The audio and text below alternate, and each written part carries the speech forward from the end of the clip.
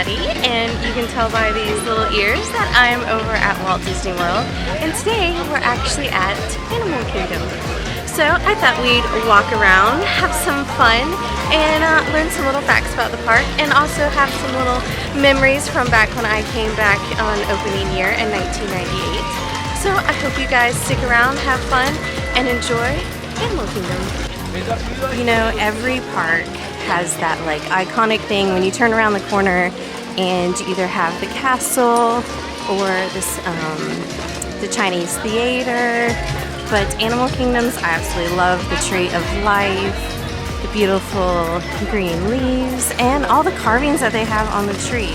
So a little later we'll walk a little closer over to the tree, get a look at all the cool animals that are carved in it, and yeah, see what kind of cool guys we can find. I always feel like every time I look at the tree, I always find like a different animal that I haven't seen before, which is kind of crazy since the park has been open for 24 years now, and I've been coming since it opened back in 1998. So the park actually did open on Earth Day, which is perfect for this park since it is all based around animals and everything. So yeah, let's keep checking out and seeing what is going on around the park today.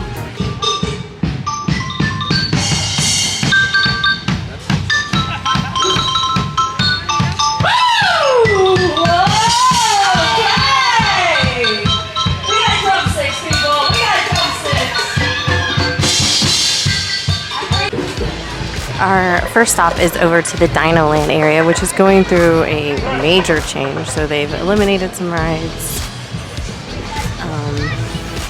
It'll be interesting to see what they add. Of course, if you're a big Disney fan and you watch D23, they talked about some different possibilities of what might come to this area, like Zootopia or Moana. I don't know. It'll be interesting to see. I like Zootopia. A cute little Flash. Big sloth fan, so I'd like to see some Zootopia. But also maybe, I don't know, Encanto, or I don't know. There's so many possibilities to add to this area over here that is now kind of dead with the loss of one of the rides. But we're gonna go check out Dinosaur first and have some fun in there. So we made it over to the dinosaur ride, and I really like how they've put all these little skeletons and stuff like you're at a museum or something. But I will give you a warning. Oh, look at these little guys over here. I will give you a warning, guys. If you have not been on Dinosaur ever before, this is definitely a more intense ride. So if you have problems with like lights or fast movement, stuff like that, this is not going to be a ride for you. I was talking earlier about how they have closed some of this area over here in the Dino-Rama area. You can see they have some of the little kiddie rides, the games that you can play. But this over here used to actually be Primal World. It's really hard for me to say that. But it was like a little ride that you it was a roller coaster, but like more of a child's kind, where it would spin you around, do some drops and stuff. There's one over at Busch Gardens that they still have that's kind of like it. So this is that area that we're kind of unsure of what is going to happen over here. Are they going to end up closing Dinosaur and revamp this whole area? It'll be interesting to see what happens. If they do close this area, it takes away another icon that is on the original logo here at Animal Kingdom. So if you look at the original logo, and I'll add a picture of it, you have a lion, you have an elephant, you have a dinosaur, and you have a dragon. And later on I will talk about that dragon and what area that was actually supposed to represent. So we have made it over to the Asian section, and over here we have one of the top rides here at Animal Kingdom, Expedition Everest. So it's all based on Mount Everest, and when you go inside in the queue line, I recommend, even though that lightning lane is tempting to do, definitely go through the regular queue line, because seeing all the different stuff that they have set up is really cool. to see how they have all these exhibits of what it is like going on expeditions on Mount Everest. Anyways, so I kind of want to talk about the history of this ride and what they were originally thinking when they opened up Animal Kingdom. So the time period when they were building Animal Kingdom and even Hollywood Studios, formerly MGM, was during the time period of when Disney was kind of in a war with Universal on having, you know, the best parks and stuff. So Animal Kingdom was kind of a park to have thrill rides and animals to compete with both Universal and Busch Gardens. Well, when the park opened in 1998, there was one land that was missing, which we're still going to get to that one a little later. But over here in Asia, they didn't have any thrill rides. They didn't have any thrill rides at all. So they kind of missed that mark on what they were planning on doing. So Expedition Everest actually did not open until 2006. So years after the park opened.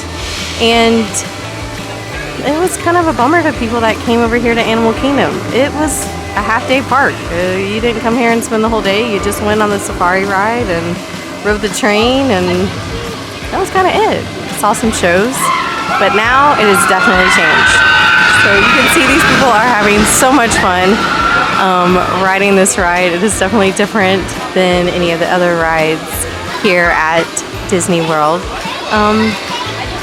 But it definitely finally added that thrill that they originally were planning on having when they opened the park back in 1998. So definitely one of my favorite rides in all of Disney World definitely is going to be Expedition Everest. Highly recommend you guys come and ride it. If you can, try it twice. Ride it in the front, ride it in the back, because totally different experiences depending on which way you ride it. And if you're afraid of heights, guys, that up there that they're doing right now, that's a tough one. You can actually see all of Disney World, Epcot, Magic Kingdom, everything. It is such a great experience though. Alright, so we are gonna go get in line and go ride Expedition Everest. So, starting to rain, which kind of sucks, but that's okay. So I want to make sure that you guys, when you're here at Animal Kingdom, make sure you go down the different trails that they have with all the different animals. So that's the best part about Animal Kingdom, is not only do we have all the fun thrill rides like Mount Everest and over in the Pandora area. Oh my gosh, my glasses are fogging up. Anyways, definitely check out the trails with all the animals. You got tigers over here. I see a water buffalo over here. There's gorillas in one of the other trails. So definitely take a break, get out of the lines from all the rides, and check out all the animals, because that's the best part about this park, is we don't have all the animatronics and all that stuff. We actually have live animals here. So definitely make sure you stop by all the trails. So here's those cute water buffaloes. Pretty sure that's what they're called, but they're pretty adorable. And I'm hoping we can maybe see one of the big cats. They have a couple different areas where you can potentially see them, and there's one more spot right over here, and I'm hoping one of the cats is there, because I love the big cats. So let's go see. Alright guys, so try to get the camera in here, and you can see she has come out. Let me zoom in. Here, come this way. Hiding a little bit. There she is. There he is. This is a she. That's Sony. She's 11 years old. Oh, so the guide here is saying that she's 11 years old. She's a mother of 2. Oh, she's gorgeous. Oh, here she comes. Sorry guys, it's hard to see her. Oh, she laid down. There she is, guys. Another view of her. They have all these great spots that you can check out the kitties, and there she is. There's actually a little dove in there as well, which is kind of funny to think a wild cat and a dove. But oh, She's so cute. Right over here, right after you leave the Asia area, is this great spot that you can stop and you can see the backside of the Tree of Life. It's a beautiful spot to just come and sit. There's actually a little shaded area with some tables and stuff like that that you can come and just kind of relax. So I wanted to give a little history and kind of a sad part of the attraction that used to be right here. And it really wasn't an attraction, it was more of a transportation. But you can see we have like a dock area and of course this little covered area. And I'm pretty sure if I remember rightly from when I was young and I came here in 1998 when it opened, I was lucky enough to come that first summer after it opened with my parents and my grandmother. And so this was actually, this area was for the Discovery riverboats. And so it was this riverboat that would go down through all these canals and area that are around the park. And it was actually kind of an attraction and a transportation all in one. So I do remember going on it, waiting on a long line. Of course, it was opening year, so everything was long here. But you got to go on this boat ride and see all the spots that you were walking by. And there was other spots where you could see animals and stuff. If I remember rightly, there was like a baboon area. I don't know. It was 24 years ago, so it's hard to remember it all.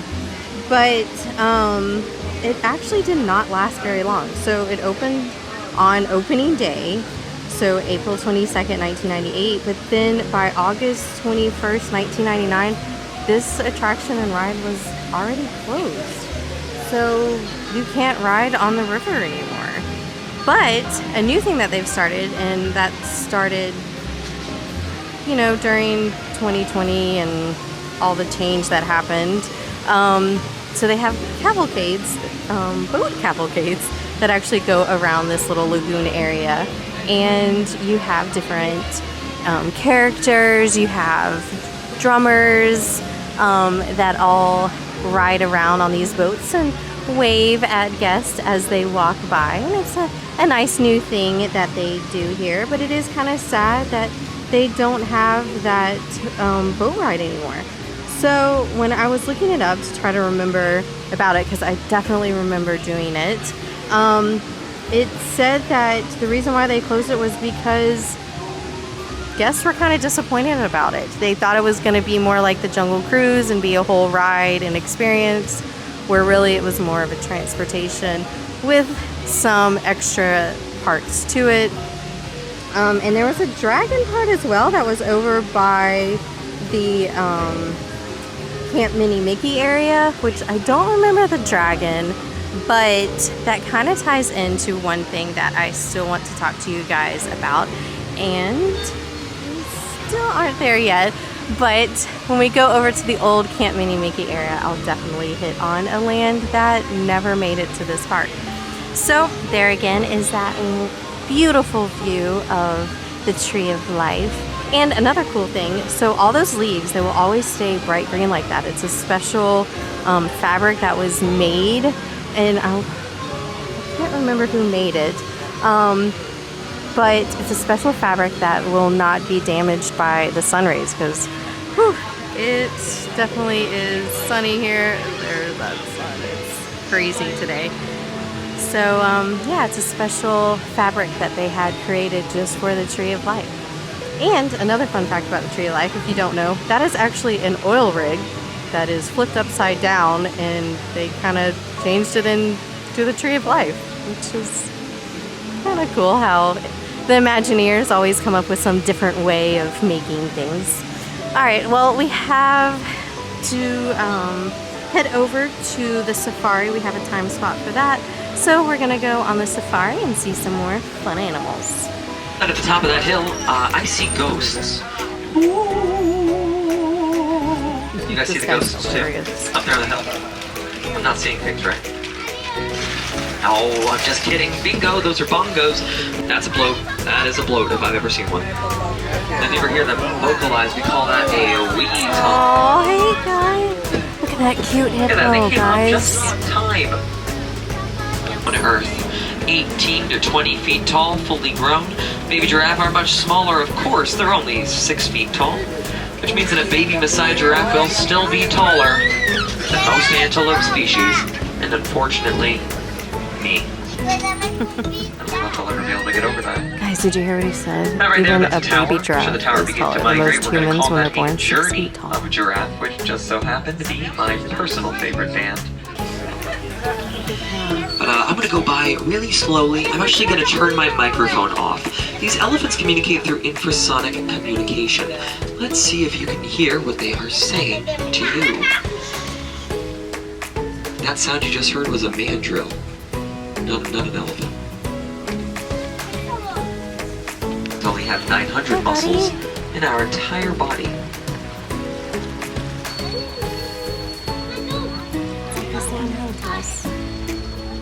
They're also flapping their ears. They're actually doing that to cool off.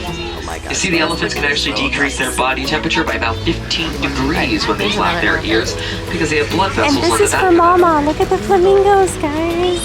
Now, over on that left side, friends, it looks like we are passing by My a mom's favorite flamboyance bird, for sure. of The greater flamingos. flamingos. They're so You can cute. tell that they are the greater flamingos because they have a lighter shade of pink to their feathers, as opposed to other flamingo species which have a darker shade of pink, almost a reddish colorization.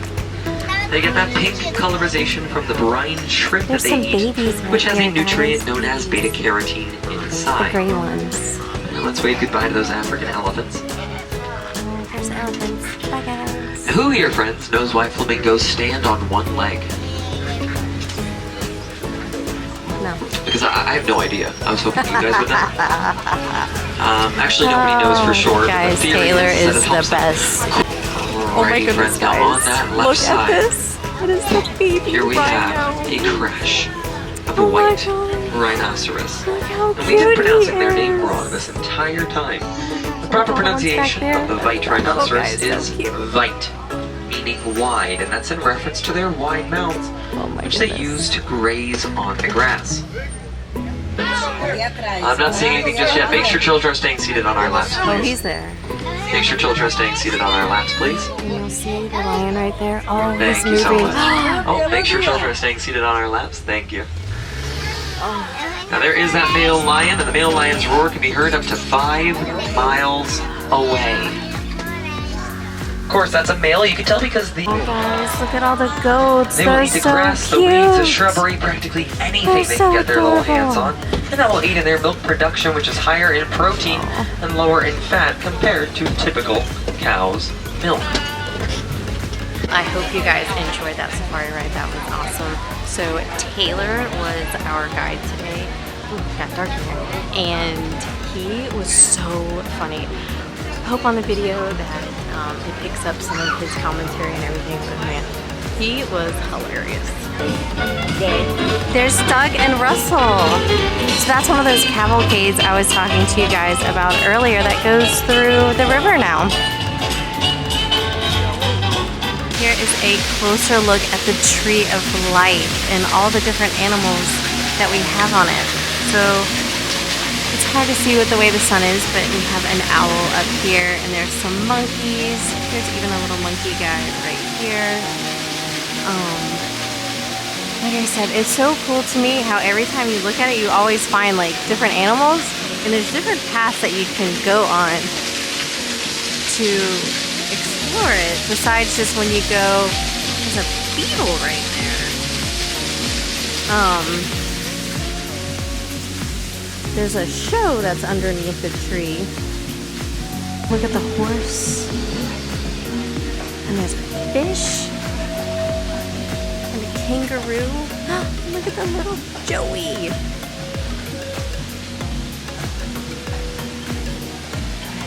Oh, is that a crab? Look at the snake, guys.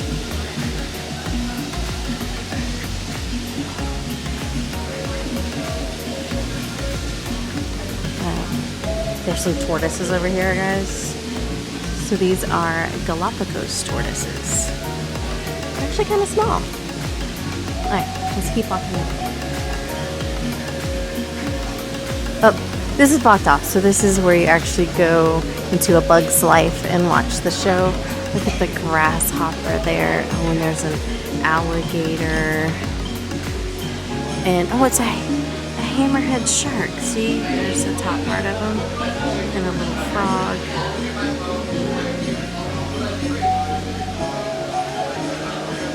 I wonder how many animals are actually carved in to the tree. If anybody knows the answer to that, comment down below. Let me know. Do you know how many animals are actually on the Tree of Life? Alright guys, so we have come over to the Pandora area. Now this area opened up several years ago, and before that it was Camp Mini Mickey, where you could come over here and see Safari Mickey and Minnie, and it was a very cute area. But this area was actually not originally supposed to be Camp Mini Mickey either. It was actually supposed to be the Beastly Kingdom. Now, it was supposed to be phase 2 of Animal Kingdom, but they were also opening up the park in Paris, and Animal Kingdom in the beginning actually did not do very well. You know, there weren't all the major attractions and everything, so there was really nothing to bring people over here. Like I said earlier, it was only a half-day park. So you had Universal, who opened up Islands of Adventure, and they were booming because they had all those major attractions and everything. So the idea of Animal Kingdom was supposed to be about animals that exist, animals that were extinct, and then the mysterious, the mystery ones. So the area was actually going to have like a ride for unicorns. There's going to be a dragon ride, all these different beastly like things.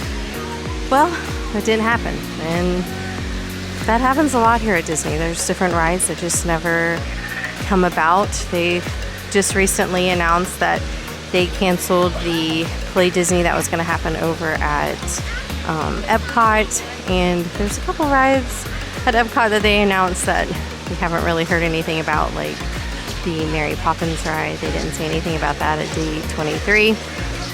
But yeah, Beastly Kingdom was definitely something that got bypassed here. So when Pandora came, it kind of added those mysterious creatures that we missed out with the Beastly Kingdom, but that's definitely something that would have been cool, is to have something that had unicorns and dragons. So that's why when you look at the main logo, you see the dragon, because that's what we were supposed to have here. But the Pandora area is very beautiful that they have created here. And these rocks up here always amaze me of how they built these, and they actually look like they're really floating. I mean, look at this. It looks just like the movie. It is so cool how the animators, Imagineers, how they recreated this from the movie. They have another area where they have flamingos, so I had to come over and get a video from my mom. So it's right over here by the Tree of Life. You can see the tree right there. And they're so cute and so pink. The ibises are over here too, having fun. And back behind in this area right here, there just was one, but there's kangaroos over there. So I keep saying, you guys have to walk around all the trails and everything and explore all the animals. It's not just about the rides.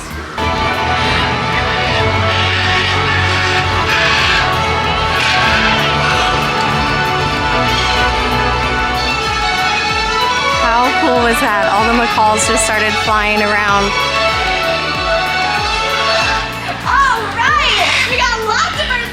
Well, the fun has to end somewhere, and our journey today here at Animal Kingdom has come to an end. But I hope you guys enjoyed it and had fun as we walked around the park and learn some different facts about the park from when it opened and things that we didn't end up getting to enjoy, like the Beastly Kingdom. But if you guys liked this video and want to keep seeing more, make sure you hit that subscribe button down below and hit that bell so you get the notifications whenever I post another video. And I just want to say thank you guys again for joining me. I appreciate all the views and likes, and it is my mission to go out and continue to share with you guys all these fun tourist spots, but also give you the history behind some of the things. So guys, don't forget, go out, have fun, explore, and keep learning. Bye guys!